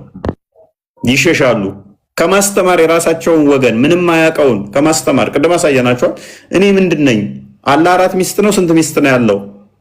እጅ እግር ካለው ሚስት አለው ማለት ነው አላህም እያለ ሲጠይቅ አይታችሁታል። ሙስሊሙ ግራ ገባኝ ብሎ አስተምሯቸው። የሚያደርጉት ምንድነው? ክርስትናን ማንጨማለቅ፣ ማቦጫረቅ፣ መሳደብ ነው። በጣም ባለጌ መርህን የለቀቁ ኡስታዞቻቸው በጣም በጣም በጣም በስድብ የታወቁ ናቸው። ሰዎችን ተሳዳቢ በማለት ሰዎችን በመሳደብ እነሱ ተሳዳቢ ሆነው ለእናንተ ስም ይሰጧቸዋል። ተሳዳቢ ናቸው እነከሌ ብለው ራሳቸውን ጨዋ አድርገው እናንተን ተሳዳቢ አድርገው ታፔል ላይ ለጥፉላችኋል። ከዛ ይሄ ብላይንድሊ ፎሎ የሚያደርግ ማገናዘብ የማይችል አይምሯቸው የማይጠቀሙ እነሱ እያጨበጨቡ ይከተሏቸዋል። እንደዚህ ብሬን ወሽድ የተደረገ አላቸው። እጥብ የተደረገ ጭንቅላቱን የማይጠቀም ዝም ብሎ የሚከተላቸው አላቸው። ያንን ይጠቀሙታል። በቃ እጅግ ነውረኞች፣ እጅግ ባለጌዎች፣ እጅግ ተሳዳቢዎች ከዋብያ በላይ የለም። ኡስታዞቻቸው እነዛ ናቸው። እጅግ ነውር ጌጣቸው ሆነ ማለት ነው። ተከታዮቻቸውን በየኮመንቱ እዩ። ቃል ያደምጭ ኮመንቶቻቸው እንኳን እጅግ እጅግ ጸያፍ ንግግሮች የሚናገሩ ናቸው። የፈጠሯቸው የሰሯቸው ተከታዮቻቸው ምን ያህል ባለጌ በአፎቻቸው የሚጸዳዱ እንደሆነ በኮመንቶቻቸው በየፌስቡክ ላይ እዩዋቸው ሲጸዳዱ ማለት ነው። በጣም ቆሻሾች ናቸው። የዋሃብያውን ሴክት የሚከተሉ የሰሯቸው ቲክቶክ ላይ የፈጠሯቸው ኡስታዞቻቸውን የሚከተሉ እና እነኚህ ባለጌዎች ስለ አምላኮቻቸው ምንም ያውቁት የለም። ስለሚያመልኩት እግር ምንም አምላክ ብለን ልንጠራው ስለማንችል ጣዖት ለአቅመ ጣዖት እንኳን አልደረሰም። እግር እያመለኩ ይህን መልእክተኞች ለተለያዩ ሀገራት በጎሳዎቻቸው ተልኳል ይላሉ። እግር ነው የሚያውቁት። ግን እነኛ መልእክተኞች ምንድን ነው እሱ ያስተማሩት? እግር እያመለክ ስቀጥር ክርስቲያን የተጀመረ ኤኒዌይስ እስኪ እንተውና ግን አህባሾቹ እንደዛ ነው የሚሏቸው። አህባሾቹ ምን ይሏቸዋል? ወሃቢዮችን የተጀመረ ጣዖት ነው የሚሏቸው። ጭራሽ ገና የተጀመረ ጣዖት የሆነ ነገር ሊያልቅ ደርሶ እንኳን የሆነ ጉድለት ያለበት ወይም ደግሞ የጎደለ ሳይሆን ገና የተጀመረ ጣዖት ነው የሚሏቸው ብዙ ጊዜና ስፔሻሊ በሰሞኑ ማለት ነው በአንተና በዛኛው ኡስታዝ መካከል በተደረገው ዲቤት አህባሾች ወሃቢዮችን እጅግ በጣም በብዙ ነገር ሲናገሯቸው ነበርና ይሄ መንገድ ነው የጠረክላቸው። በጣም ትልቅ መንገድ ነው የከፈትክላቸው። ይቺ ቪዲዮ አንዴ አድምጠናት እንመለስ። የለም አካል ነው የሚያመልኩ ወላሂ የማይሰማ የለም አካል ነው የሚያመልኩት አሉ። በአላህ ይሁንባችሁ። ሸር ኮፒ ሊንክ እያደረጋችሁ ለሁሉም እንዲዳረስ አድርጉ። እስኪ አንድ ሰው አንጡ የአላህን ባህሪ ከፍጡር ባህሪ ጋር ያመሳሰለ ከአህለ ሱና ወልጀማዓ በአላህ ይሁንባችሁ አንድ ሰው አንጡ። ቢስሚላሂ ራህማኒ ራሂም አልሐምዱሊላሂ ረቢል ዓለሚን ወሰላቱ ወሰላሙ ዐላ ረሱሊላህ ሰለላሁ ዐለይሂ ወሰለም። የሚንሳፈፍ ነገር የተለያየ ክፍለ አካላት ያለው አው ኪታባችሁ ምስክር ነው። ደግሞ ከአህለ ሱና ንገሩኛል። አህለ ሱና ወልጀማዓዎች እኮ ለአላሁ ተዓላ ክፍለ አካላትን ነፊ ያደርጋሉ ይነፈያሉ እንጂ እንደናንተ እንደ ሙጀሲማ እንደ ወሃብያ አያሰብቱም። ከአህሉ ሱና የለም አላህን አካል ነው ጅስም ነው ያለ ማን ነው? ወሃብያ ሙጀሲማ ነው። እኛ እናመሳሰልም። የፈለከውን ነገር ለአላሁ ተዓላ የማያመቸውን ካሰበትክ በኋላ አላመሳሰልም ትላለህ። ሰለፎች በማይረዱበት ሰለፎች የማያውቁትን ትርጉም ለቁርአን ለሐዲስ እየሰጣችሁ አካል የምታመልኩት እናንተ ናችሁ። ፔሬድ ከዛ በኋላ ይሄንን ነው እንግዲህ አብዛኛውን ኡማ ስላላስተማሩት እነዚህ ናቸው እንግዲህ አሁን እነዚህ ሁለቱ ያሳየኋችሁ ማለት ነው የተመላለሱት አህባሽና ወሃብያ ናቸው። ሱፊና ሰለፊ ተባብለው ተፈራርጀው ማለት ነው። እነዚህ መምህራኖች ናቸው፣ ኡስታዝ ናቸው እስካሁን ያሳየኋችሁ ማለት ነው። እነዚህ ደግሞ መሬት ላይ ያሉት ምዕመናን ናቸው። ምንም ስለ ሃይማኖታቸው አያውቁም። ሱፊ ምን እንደሆነ አያውቁም፣ ሰለፊ ምን እንደሆነ አያውቁም፣ ወሃብያ ምን እንደሆነ አያውቁም፣ አህባሽ ምን እንደሆነ አያውቁም፣ አሻሪ ምን እንደሆነ አያውቁም፣ አጣሪ ምን እንደሆነ አያውቁም። ልክ ጥያቄ ያለኝ ክርስትና ላይ መጽሐፍ ቅዱስ እንደዚህ ይላል ብለው ያሸከሟቸውን ጥያቄ እዚህ አራግፈው ይሄዳሉ። እንደ አህያ ተጭነው ይመጣሉ፣ እዚህ ለማራገፍ ይሞክራሉ ማለት ነው። በሚገርም ሁኔታ ስለ ቁርአን አያስተምሯቸውም። እንደዚህ ነው ውዝግብ ያሉት። መሬት ላይ ህዝቡ የተወዛገበው በዚህ ልክ ነው። ሙስሊሞች ስለ እምነታቸው ከሚያውቁት በላይ ስለ ክርስትና ያሸከሟቸው ብዙ ነገሮች አሉ። አይምሯቸውን የሞላው ያ ነው። እኛ ደጋግመን እንደተናገር ነው ማለት ነው። ለዛ ነው እስልምናቸውን ለቀው ሊወጡ የማይችሉት ክርስትናን አንቋሸውና አጥላልተው ስለሚነግሯቸው ነው። ይሄ ጥያቄ ክርስቲያን ወገኖችን ምናምን አሳልፉት ማለት እኔ አሁን ራሴን መጠየቅ እና ቤተሰቦቼንም መጠየቅ የምፈልገው ጥያቄ አለ በእስልምና በራሴ በዲኔ ዙሪያ ማለት ነው። ምክንያቱም አሁን ሚዲያ ላይ እንዳየሁት ከሆነ እሱና የሆነች ሴትዮ አላች ሰለፊይ ዋቢ ምናምን እያሉ ሱኒ ምናምን እያሉ ይጋጫሉ። እሺ እኔ ምንድን ነኝ? እኔ አያሳዝኗችሁም? አሁን የምር አያሳዝኗችሁም? እፎይ ግን በጣም የሚያሳዝነው እኔ ምንድን ነኝ ሲል አሁን የምር እነዚህ ቲክቶክ ላይ ያሉት ኡስታዞች ነፍስ የማዳን ከሆነ የያዙት እነዚህን ለምን አያስተምሯቸውም? እኔ ምንድን ነኝ? እሺ እኔ ሱፊ ነኝ፣ እኔ ሰለፊ ነኝ፣ ምንድን ነኝ የሚሉትን ለነሱ ለምን አይሰብኳቸውም? እነሱ ለምን ስላላህ አያስተምሯቸውም? ለምን አህባሾች ላይ ለምን ቪዲዮ አይሰሩ? ለምን የአህባሾችን ያቀረቡት የውይይት ጥሪን አይቀበሉ? እነሱስ መዳን የለባቸው? እነሱ የሰው ነፍስ ከሆነ እንትን ያላቸው የሚያሳስባቸው የሰው ነፍስ ከሆነ ለምን ለነዚህ አያስተምሩ? ይሄ ታርጌታቸው ግን ይሄ አይደለም። ክርስትናን ማንቋሸሽና ማጠልሸት ስለሆነ ነው ቲክቶክ ላይ ያሉ ኡስታዞች የመጀመሪያ ታርጌት አድርገው የያዙት የመጀመሪያ ስራ አድርገው የያዙት ክርስትናን ሙሉ ለሙሉ አታክ ማድረግ ነው። ከዛ በኋላ ህዝቡን ሙስሊሙን ማህበረሰብ በድንቁርና እንዲቀጥል ማድረግ ጣዖት እያመለከ ማለት ነው። ነቢያቶችና ሐዋርያቶች ያልሰበኩትን ያልተሟላ አካል ያለውን እያመለኩ ገሃነም እንዲገቡ ማድረግ ነው እቅዳቸው። እውር እውርን ቢመራው ሁለቱም ተያይዘው ገደል ይገባሉ ይላል መጽሐፍ ቅዱስ አይደል? ስለዚህ የምትመሩት በእውር ነው ሙስሊሞች። ከነዚህ ከእውር መሪዎቻችሁ ወጣ በሉና ፈንግጡና እስልምናችሁን አጥኑ። እነዚህ በጣም ምስኪኖች ናቸው ምናምን እያሉ ይጋጫሉ። እሺ እኔ ምንድን ነኝ? ለእኔ መልሱልኝ። አሁን እኔ ምንድን ነኝ ማለት እኔ ሱኒ ነኝ፣ ሰለፊ ነኝ፣ ዋሃቢ ነኝ፣ ሱኒ ነኝ፣ ምንድን ነኝ? እኔ አሁን ግራ ተጋባው ማለት ምንድን ነኝ? እሱ የሚባል ሰውዬ ለፈጣሪ እጅ እግር አለው ሲል ሰማው። ፈጣሪ እጅ እግር ካለው እሺ ሚስት አለው ታዲያ? ሚስት ነው ያገባው ወይስ ስንት ሚስት ነው ያለው? እሺ ለፈጣሪ እጅ እግር ካለው እኔ መንፈስ እንደሆነ ነበር የማውቀው። ወይ ፈጣሪ ሆይ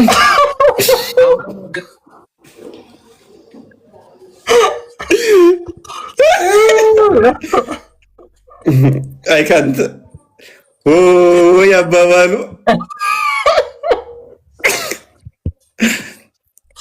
አራት ሚስት ነው ያለው ያባባሉ አስባል ወይ ጉድ ትዝ አለው። በቃ አራት ድረስ ማግባት እንደሚችል ከዛ ሲያስበው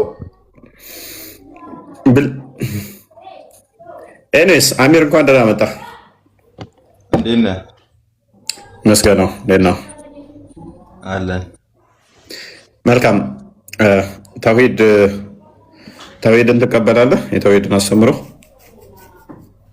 አዎ እቀበላለሁ፣ ግን አልተማርኩም። ካልተማርክ እንዴት ትቀበለዋለህ? ካላወቀው? አይ በሰማሁት ማለት ነው። ሼክ በነገሩ። ኦኬ። ተውሂድ በስንት ይከፈላል? እኔ እንጃ፣ እኔ ጥሩ አላውቅም። ኦኬ። ምን ብለው ነው የነገሩ ስለ ተውሂድ? እኔ አሁን ለጥያቄ ነበር የመጣሁት። ክርስቲያን ትንቢቱ ሲፈጸም አይደለም በመጽሐፍ ቅዱስ ሳይሆን ጥያቄ በክርስትና አምልኮት ማለት ነው ኢየሱስ ራሱ ነው ወይ ፈጣሪ የሚለውን ለማወቅ ነበር የመጣሁት። ኦኬ። ስለ ተውሂድ ምንም የምታውቀው የምታስረዳን የለም? ስለ ተውሂድ በቃ ላኢላሃ ኢለላህ በቂ እንደሆነ ያውቃሉ። ኦኬ። ምን ማለት ነው ላኢላሃ ኢለላህ? ፈጣሪ አንድ ብቻ ነው ብሎ ማምለክ፣ ከሱ ጋር ሌላ ለማወዳደር። ያ አንዱ ፈጣሪ ምንድን ነው? ላኢላሃ ኢለላህ ነው ብቸኛው። ኦኬ እኮ እሱ ብቸኛው አካል አለው? አካል አለው ወይ? ፍጹም አምሳያ የለውም ተብሏል። ታውቃለህ? በእኛ እጅ እግር ምናምን የለውም? አለው ባለበት ቦታ አለው እንላለን፣ ግን አምሳያ የለውም። በሆነ ነገር ማሳሰል እንደማንችልም ተናግሮናል። እኔስ መቼ አስመሰልኩኝ? ከ124,000 በላይ መልእክተኞች እና ነቢያት ረሱሎች ከተላኩ አትሊስት የተወሰነ አስማው ሲፋት ውስጥ ያላት ሲፋት ውስጥ ለምሳሌ እጅ እግር ባት እንዳለው ታምናላችሁ? ኦኬ። እስልምና የነቢያት አስተምሮ ነው ብለህ ታምናለህ? እስቲ ካላህ እንደዚህ አካላት ውስጥ ሙሳ የነገረህን እስቲ ምን ብሎ አላህ ምን አለው ብሎ ነገረህ? ኧረ እኔ አልሰማሁም። እሱ እግሩንም የነገረህ መሐመድ ነው። እጁንም የነገረህ መሐመድ ነው። ታፋውንም ባቱንም የነገራችሁ መሐመድ ነው። የነቢያት አስተምሮ ነው እንቀበላለን ካላችሁ የትኛው ነብይ እስቲ ለምሳሌ አካል የነገራችሁ የትኛው ነብይ ነው? ይኸውልህ እሱ ደግሞ የራሳቸው መጽሐፍ አላቸው እነ ሙሳ። እሺ እሱም መጽሐፍ ስላላነበብኩኝ እኔ እንዴት ላቅ እችላለሁ? ሙሳ መጽሐፍ ጋር ከመስጊድ የምንማረው ስለ እስልምና ነው እንጂ እሺ ስለ ክርስቲያን ምናምን ነገር ተነግሮንም አያውቅም። እኔ አሁን እሱን ለመጠየቅ አንተ ጋር መጣሁ። ይሄን የምጠይቀን ሙሳ ሙስሊም ነው ብላችሁ ታምነው የለ እንዴ? አዋ ታዲያ ሙሳ ሙስሊም ከሆነስ ሙሳስ አላህን እንዴት ምን ብሎ ነበር? ምን እጅ ነው እግር ነው ምን ብሎ ነበር የሚከተለው ሙሳ አላህን? አንተ አሁን ከእጅና ከእግር ውጣ እንጂ አላህ ከእጅና ከእግር ውጭ ያለ እንዴ? ጭንቅላት ይኖረው አላወቃችሁትም እኮ። ስለዚህ አላህ እጅና እግር ላይ ነው ያለው። አሁን ለምሳሌ አምሳይ የለውም ተብሎ አለ፣ ፍጹም አምሳይ የለውም ተብሎ አለ። እሱን ነገር ትተህ ማለት ነው አንተ እጅና እግር ብቻ እንዴት ወሰድክ ለማለት ነው። ሌላ ምን አለው? እሺ ሌላ ምን አለው? አላህ ኃይል ነው። ኃይል አዋ የሌለው ነገር አለ። እሱ የሌለው ነገር አለ። ኃይሉ ያው በእጁና በእግሩ ነው የሚገለጸው አይደል? አለማ ፍጹም አምሳያ የለውም ይሄ ነው አይባልም ምንም ተብሏል። እኔ አምሳያ ነው የሰጠውኝ እኮ እጅና እግር ነው እኮ። እኔ ለምሳሌ እጅና እግር የሆነ አካል እኮ የለም። አሁን ለምሳሌ እጅና እግር የሆነ አካል አለ እንዴ? ካላ ውጪ እጅና እግር መገለጹን ብቻ ነው አንተ እንትን ያልከው። አላህ እጅና እግር ነው አይደለ? ኧረ አለም ሌላ ምን አለ? እሱ እኮ ሰው የለም ብራዘሪ። ኦኬ አለው የለውም? እሺ እጅና እግር ለመሳል እየሞከርክ እኮ ነው አንተ። አሁን ለመሳል እጅና እግር አለው የለውም? እንደማስበው ለመሳል እየሞከርክ ነው አንተ። ኖ ምንም ወረቀትና ፔን ይያሉ እንደ እጄ ላይ ጭንቅላቴ ለመሳል እየሞከርክ ነው እንዴ? እንደማስበው አንተ ራስህ ስትራገድ እያደረገብህ ነው። እጅ ማለት ምን ማለት ነው? እጅ ነው ምንድነው? እጅ ብሏል። ግን የኔ እጅ ላይ ሆነ እጅ ምንድነው? አሁን እጁን መሳል እያሰብኩ ነው እዚች ጋር። እጅ ምንድነው? ጃለም ብሏል። እጅ ምንድነው? እጅ ምንድነው? የኔ እጅ ያለ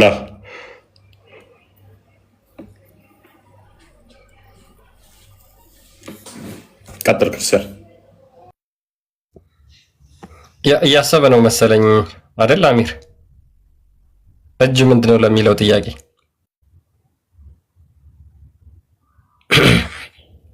አለ። እሺ ቀጥይ። እጅ ምንድነው? እጅ አለው ስንል አላህ Subhanahu Wa Ta'ala እጅ አለው ስንል ልክ እንዳንተ አይነት እንደኔ አይነት አይደለም እጁ።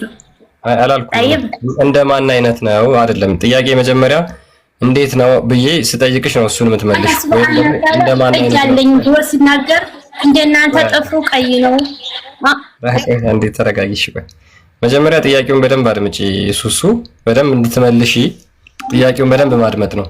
እጅ ምንድን ነው? ምንነቱ ነው እኔ ጠየቀሽ የጠየቅንሽ።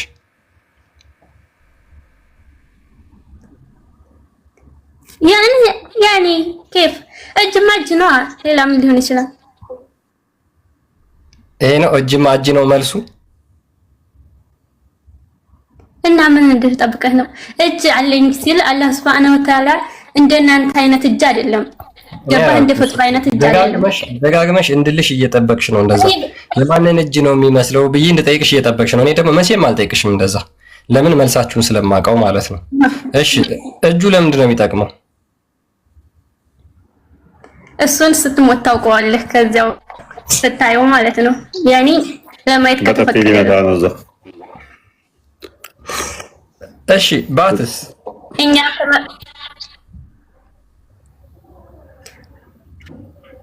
አላህን ያኔ ከፋፍለን አይደለም እኛ የምናወሳው ማለት ነው።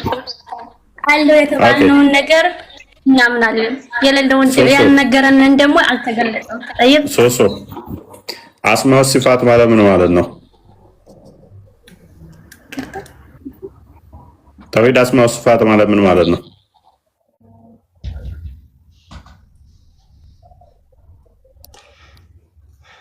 አላህን በቁርአንና በሐዲስ የገለጻቸውን ስሞችና ባህሪያት ያለምንም መለወጥና መካድ ማመን ማለት ነው።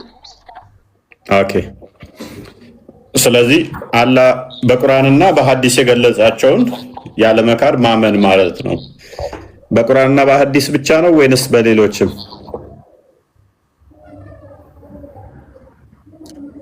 ያኒ በሌሎች ስትል በቁርአንና በሐዲስ ብቻ ነው? አዎ በቁርአንና በሐዲስ የገለጻቸውን ማለት ነው። ኦኬ ቁርአን በማለት ነው የወረደው?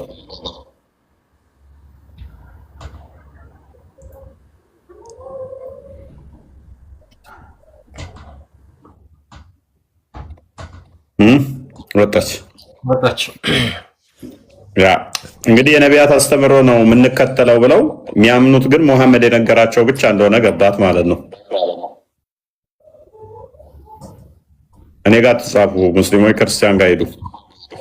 በክርስቲያን ጋር ኑ በዚህ በኩል ሙስሊሞች የሙሐመድና ሳባዎች የነገሯቸው ነው የሚከተሉት አላህ ብለው ሳባዎች የፈጠሩላቸውን አላህ ነው የሚከተሉት።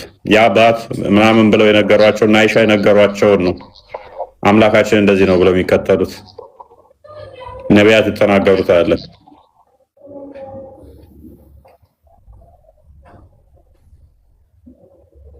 ቀጥል። ያሳዝናል ሙስሊሞች የእውነት ለመናገር። ኤኒዌይስ እስኪ ኡሙ አለሽ?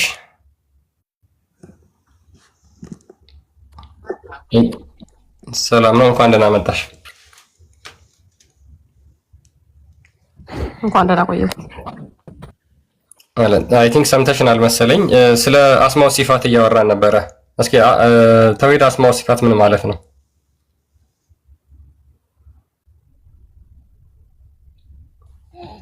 ለአላህ ስሞችና ባህሪያቶች አሉ። እሱ በገለጸውና በሐዲስ እናጸድቃለን። ኦኬ፣ ለምሳሌ ከባህሪያቶች ውስጥ አላህ ፈጣሪ ነው፣ ሁሉንም ነገር ይፈጥራል። ኦኬ፣ እጅ የሚባል ባህሪ ያለው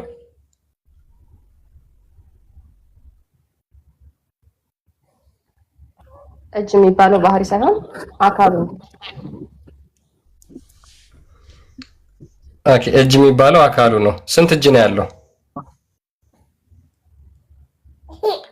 ለሱ በሚመጥነው በራሱ አላህ እጅ ብሎ ነግሮናል። እጅ እናጸድቃለን እንጂ እንዴት ወዴት ምናምን የሚለውን ከማይልቁ ቢጀላሊ ለሱ በሚገባው መልኩ እናጸድቃለን። አስቡት ማለት ነው። አይ አሁን ለሱ የሚመጥነው መልኩ ካልሽ መጠኑን ነው እየነገርሽ ነው ያለሽው። እኔ ደግሞ መጠኑን አይደለም የጠየኩሽ፣ ቁጥሩን ነው። ቁጥሩ ስንት ነው? የእጁ ቁጥር ስንት ነው?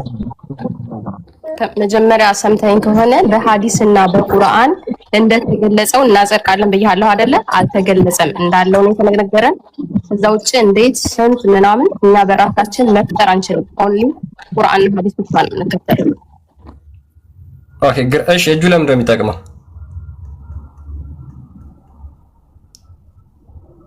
ይሄ አንተ አፍህ እንዳመጣ የምትፈለስፈው ራስህ በፈለክበት እንጂ ሙስሊሞች የምናምነው ልክ ቁርአንና ሐዲስ ላይ ባለው መልኩ ነው። እንዴት ወዴት እናንተ ናችሁ የምትፈላስፉት እንጂ እኛ አሲቲስ ቁርአን ላይ እንዳለ ነው የምናጸድቀው። እሺ እጅ ማለት ምን ማለት ነው?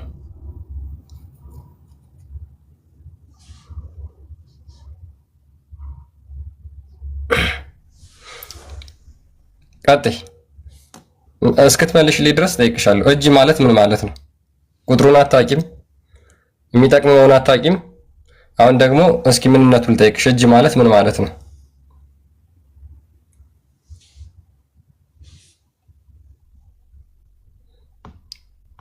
ቀጥይ። ይሰማሻል? እጅ ማለት ምን ማለት ነው ብዬ እየጠየኩሽ ነበር።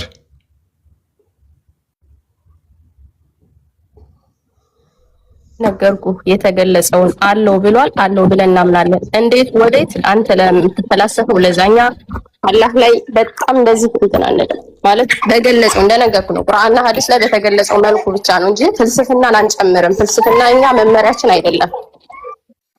ስለዚህ መጠየቅ አይቻልም ነው።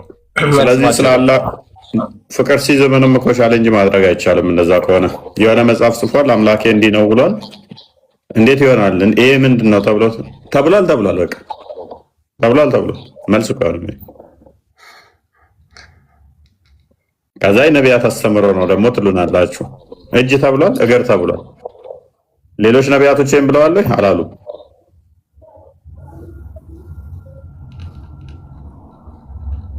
ሐዲስ ላይ እና አይሻ እና አቡ ሁረይራ የተናገሩት አለ እጅ እግር ሚል ይደርባል ክርስቲያን። ስለዚህ እና አይሻ እና አቡ ሁረይራ ንዘን አላህ እጅ አለው እግር አለው ብለናል። ሌሎቹስ አናቅም። እንዴታውስ አናቅም። እና አይሻ እና አቡ ሁረይራ ስላልተናገሩ ነብይ ናቸው አይደሉም?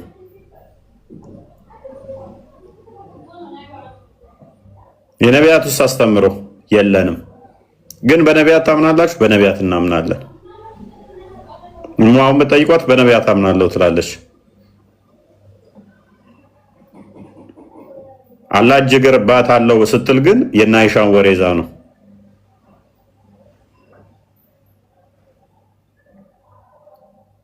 መሐመድ ከሞተ ከስንት መቶ ዓመት በኋላ ሐዲስ ተጻፈ።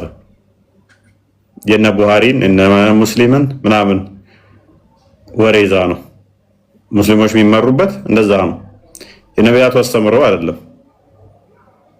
ሙሉ አካሉ ያላህን ዘዋላ አላዙ ነገርና እጅ ላይ ነው ያሉት። አናመሳስልም ይላሉ ራሳቸው። እጅ አለው መዳፍ አለው 5 ጣት አለው ይሉናል። ለምን 2 እጅ ሆነ? ለምን ግራና ቀኝ ሆነ? 2 እጅ በሚል ከኔ ጋር ተመሳስሏል እኮ። እጅ በሚል ከኔ ጋር ተመሳስሏል እኮ። ግራና ቀኝ በሚል ከኔ ጋር ተመሳስሏል እኮ። 5 ጣት በሚል ከኔ ጋር ተመሳስሏል እኮ። አይመስልም። 5 ጣት ቢሆንም ካንተ ጋር አይመስልም። ግራና ቀኝ እጅ ቢኖረው ካንተ ጋር አይመስልም። በጣም ሌም የሆነ አርጉመንት። ግን እዚህ ጋር ፎይ ለምሳሌ ብትመለከተው ማለት ነው ሱራ 48 ላይ ከቁጥር 10 ምን ይላል መሰለ? የአላህ እጅ ከእጆቻቸው በላይ ነው ብሎ ይናገራል ቁርአን። የአላህ እጅ ከእጆቻቸው በላይ ነው። አሁን እዚህ ጋር አላህ እጁን ከፍጥረት ጋር እያመሳሰለ ነው ወይስ አይደለም? ማለት አለማመሳሰል ምን ማለት ነው? ኦሬዲ እዚህ ጋር እያነጻጸረ ከሆነ ኮምፓራቲቭ ውስጥ ከሆነ የገባው 2 ነገሮች ነው እያነጻጸረ ያለው። የማንና የማንን? የአላህን እጅና የፍጥረትን እጅ። የአላህ እጅ ከእጆቻቸው በላይ ነው ብሎ ይናገራል። ይሄ ማነጻጸር አይደለም? ማመሳሰል አይደለም? በቃ ኦሬዲ ተናግራችሁለታል። እጅ አለው ብላችሁ ስለተናገራችሁለት፣ ስለዚህ እጅ የሚለውን የአላህን እጅ መተርጎም እስካልቻላችሁ ድረስ የግድ ሌሎች እጅ አሉ ከሚባሉት ጋር ሊነጻጸር ይችላል ማለት ነው በዚህ ቁርአን መስፈርት መሰረት። አንደኛ። ሁለተኛ ሜቢ ኡሙ ካለሽ አላህ ስንት እጅ ነው ያለው ብዬሽ ነበረ። ለፈጣሪ ግራና ቀኝ ይነገራል ብለሽ ታምኛለሽ?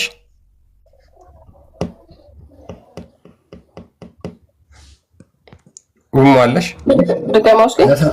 ለፈጣሪ ዳይሬክሽን ይነገራል ብለሽ ታምኛለሽ? ዳይሬክሽን ለምሳሌ ቀኝ፣ ግራ፣ ፊት፣ ኋላ ተብሎ ይነገርለታል ብለሽ ታምኛለሽ?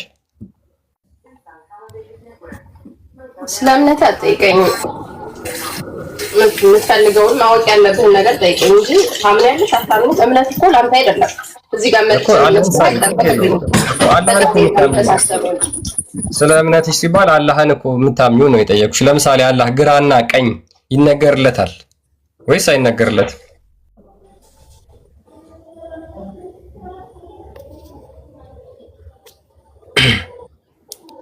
ማይክሽን አንሺና እንደ መልሽልኝ።